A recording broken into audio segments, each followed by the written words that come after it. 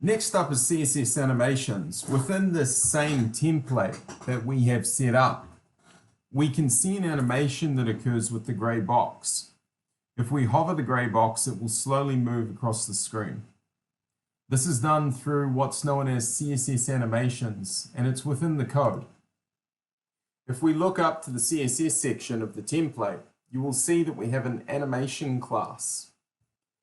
This is a fairly normal class, position absolute, top property, right property, background color border, and a transition property as well. The transition property is the key for animating. You can animate with keyframes, and you can also animate with this property called transition. What we are saying in CSS is that this class contains a transition animation. It applies to the right property. It will happen along a 5-second timeline, and it will follow an ease-in animation effect. Now, the one important thing with animations is you usually have to trigger them. So what that means is the user will have to interact with the website or application for an animation to occur. On our template, this is very simple. It happens with a hover.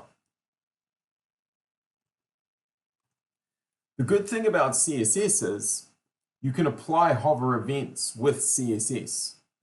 You do it with that syntax you can see on line 48. Animation:hover will call the right property to shift to 80%, and that creates an animation. It creates an animation because this class, animation, has a transition setting that controls the right property. So when we hover the animation class, right will animate along these settings here, 5 seconds ease in. These are the most important parts for animation within this code. We have a transition setting on animation class, and we have under the hover pseudo class, right changing to 80%.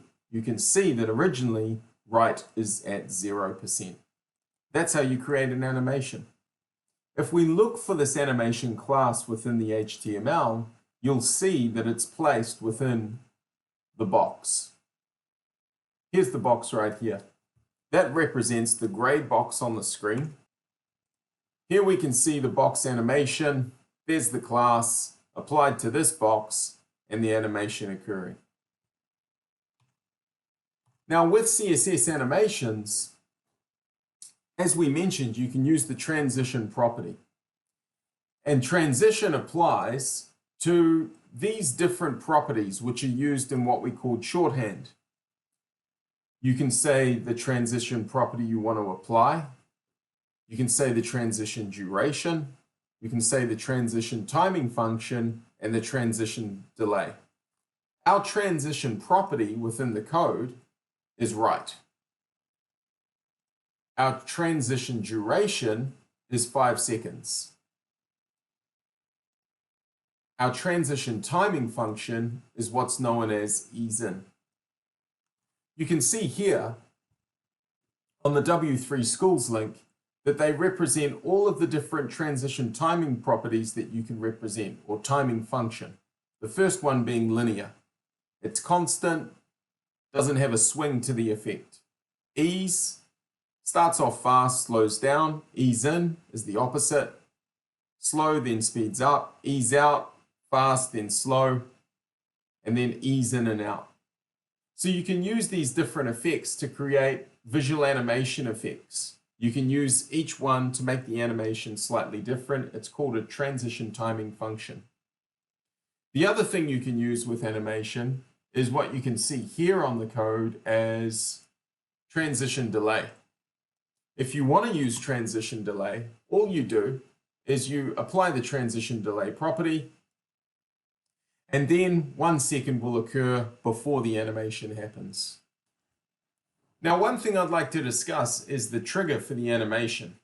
You can see here that we're using the CSS hover to change the right property and trigger the animation.